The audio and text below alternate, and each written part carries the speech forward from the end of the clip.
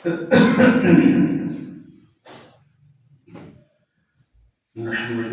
ونصلي على رسوله الكريم، أما بعد فأعوذ بالله من الشيطان الرجيم. بسم الله الرحمن الرحيم.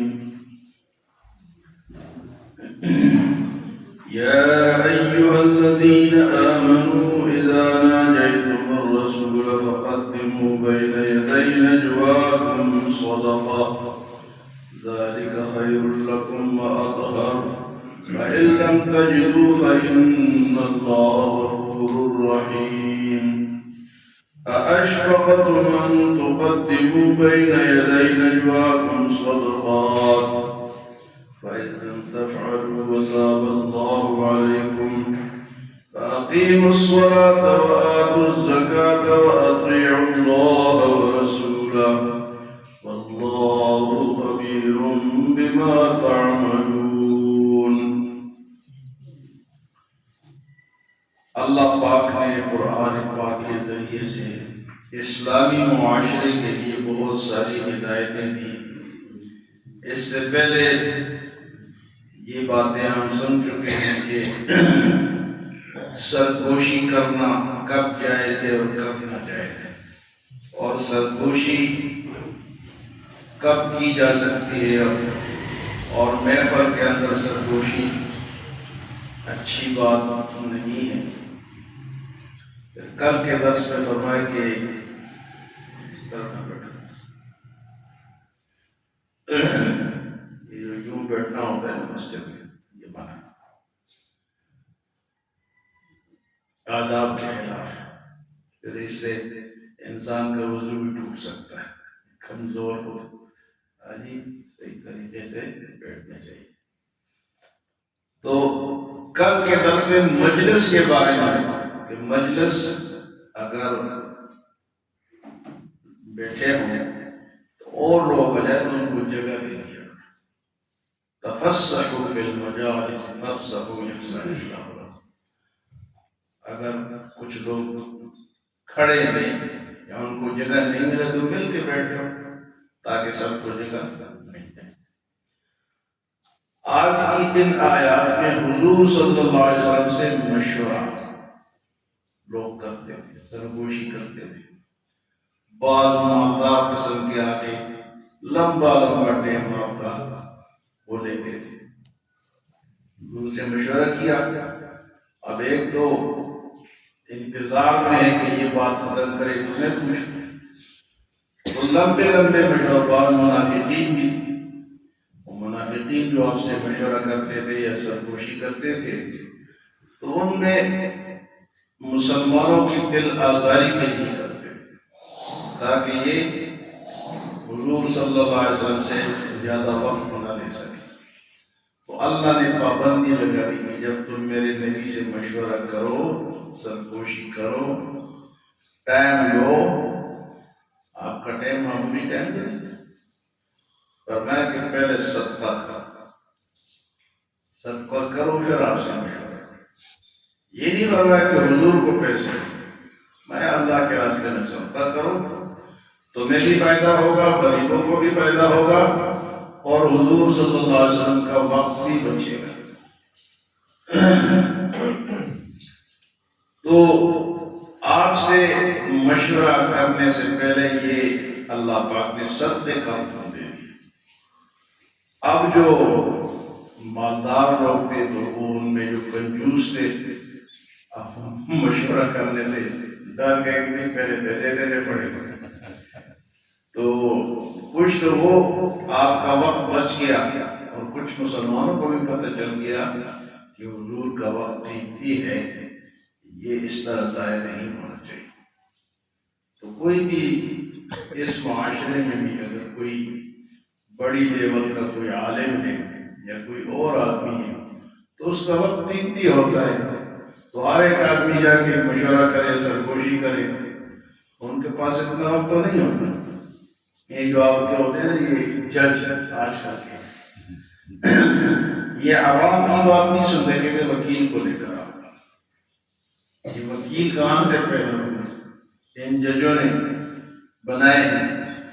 کیونکہ عام آدمی بات کرے گا تو لمبی بات کرے گا، وکیل بات کرے گا ٹو دی پوائنٹ بات کرے گا، تو وکیلوں کا وقت، ججوں کا وقت بچے گا۔ تو اب یہ جو وکیلوں کا طبقہ ہے وہ اس طرح پیدا ہوا، لیکن یہ ضروری نہیں ہے، اسلام میں وکیل کی کوئی حیثیت نہیں ہے۔ اسلام میں یا قاضی ہے یا متاثرہ شخص، وہ شخص کو جا کے اپنی وکالت کرے گا، اپنی بات کرے گا۔ یہ جو ہم نے درمیان میں یہ طبقہ نکالا ہے نا، اس کی ضرورت نہیں ہے، لیکن اب انہوں نے اس کو اتنا پکا کر لیا کہ جج جو ہے وہ وکیل کے بغیر عام لوگوں سے بات نہیں کرتا، کہتے جی ہمارا ٹائم ضائع ہو گیا۔ تو حضور صلی اللہ علیہ وسلم سے فرمایا کہ سرگوشی کرنی ہے، مشورہ کرنا ہے تو پہلے صدقہ کرو۔ یا ایھا الذین آمنوا اذا ناجیتم الرسول فقدموا بین یدی نجواکم صدقہ۔ ایمان والو، جب حضور سے مشورہ کرو اس سے پہلے صدقہ کرو۔ تو اس صدقے کی مقدار کیا تھی؟ مقدار کوئی مقرر نہیں۔ حضرت علی رضی اللہ تعالیٰ عنہ فرماتے ہیں کہ میں نے اس آیت پر عمل کیا، میں نے حضور سے 10 مشورے کیے اور 10 درہم میں نے اللہ کے راستے میں دی۔ تو کچھ لوگ ڈر بھی گئے کہ بھئی صدقہ کہاں سے دیں، تو پھر اللہ نے اس کو واجب نہیں کیا، مستحب قرار دیا، بلکہ منسوخ ہو گیا، بعد میں یہ ختم بھی ہو گیا۔ لیکن یہ کہ لوگوں کو پتہ چل گیا کہ حضور صلی اللہ علیہ وسلم کا جو وقت ہے وہ قیمتی ہے، تو فرمایا یا ایھا الذین آمنوا اذا ناجیتم الرسول فقدموا بین یدی نجواکم صدقہ۔ جب حضور سے تم سرگوشی کرو، مشورہ لو، تو اس سے پہلے کیا کرو کہ صدقہ کرو۔ ذالک خیر لکم واطہر، یہ تمہارے لیے بہتر بھی ہے اور پاکیزہ بات ہے۔ تمہارے لیے بہتر یہ ہے کہ سب کو مشورے کا موقع ملے گا، یا جو صدقہ کر سکے گا وہ مشورہ کرے گا، اور پاک اس لیے ہے کہ اس سے منافقین نکل جائیں گے جو ٹائم ضائع کرتے تھے۔ فرمایا ذالک خیر لکم واطہر۔ پھر اللہ نے کہا فإن لم تجدوا، اور اگر صدقہ نہ دے سکو، نہ پاؤ، فإن اللہ غفور رحیم، تو بے شک اللہ بخشنے والا مہربان ہے، اس کے بغیر بھی مشورہ ہو سکتا ہے۔ فرمایا کہ اشفقتم ان تقدموا بین یدی نجواکم صدقات، تم اس بات سے ڈر گئے کہ حضور سے مشورہ کرنے سے پہلے صدقہ دو۔ یہ بات کئی جو غریب مسلمان تھے وہ واقعی وہ کہتے تھے ہمارے پاس تو پیسے نہیں ہیں۔ فرمایا ڈرو نہیں، اشفقتم، کیا تم ڈر گئے، ان تقدموا بین یدی نجواکم صدقات، کہ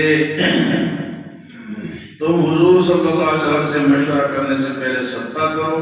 چلو وہ تو ایک حکم تھا، استحبابی حکم تھا کہ مستحب ہے، کرو تو اچھی بات ہے، نہ کرو تو پکڑ نہیں۔ لیکن جو چیزیں ضروری ہے وہ تو روزانہ کرنی پڑے گی، وہ کیا ہے؟ فرمایا فَأَقِیمُوا الصَّلَاةَ وَآتُوا الزَّکَاةَ وَأَطِیعُوا اللَّهَ وَرَسُولَهُ، بس تم نماز قائم کرو، زکوٰۃ دیتے رہو، اللہ کی اطاعت کرو، اس کی رسول کی اطاعت کرو۔ نماز، زکوٰۃ اور اللہ اور اللہ کے رسول کی اطاعت، یہ تو صدقہ دو یا نہ دو، یہ تو کرنی پڑے گی، یہ لازمی چیز ہے۔ تو اسلامی معاشرے میں نماز، زکوٰۃ اور اللہ اور اللہ کے رسول کی تابعداری، یہ ہر مسلمان پر ہر وقت فرض ہے۔ جو لوگ نماز نہیں پڑھتے، زکوٰۃ نہیں دیتے، وہ اسلامی معاشرے کا حصہ نہیں ہوتے۔ فرمایا فَأَقِیمُوا الصَّلَاةَ وَآتُوا الزَّکَاةَ وَأَطِیعُوا اللَّهَ وَرَسُولَهُ، اور تم اطاعت کرو اللہ کی اور اس کے رسول کی، وَاللَّهُ خَبِیرٌ بِمَا تَعْمَلُونَ، اور جو کچھ تم کرتے ہو اللہ کو اس کی خبر ہے، کوئی ہمارا کام اللہ سے چھپا ہوا نہیں ہے۔ اس لیے جو بھی کام کرے پہلے یہ عقیدہ، یہ بات سمجھے کہ میں یہ کر رہا ہوں لیکن اس کا پتہ کس کو ہے جی؟ اللہ تعالیٰ کو ہے۔ تو اس لیے انسان جب گناہ سے اور غلط باتوں سے بچے گا تو آج کی آیات میں فرمایا کہ حضور سے مشورہ کرنے سے پہلے کیا کرو گی؟ صدقہ کرو، اس سے وہ جو فالتو وقت ضائع ہوتا تھا وہ بچ گیا، اور حضور صلی اللہ علیہ وسلم کی ذات اقدس کو تکلیف بھی نہیں ہوتی تھی، ورنہ ہر بندہ مشورہ کرتا، ہر ایک کا دل چاہتا تھا کہ میں مشورہ کروں، تو اس میں ایک تو منافقین تھے، ایک مالدار لوگ تھے، تو وہ منع ہو گئے، اور مسلمانوں کو بھی پتہ چل گیا کہ حضور سے مشورہ کریں گے تو صدقہ دینا پڑے گا۔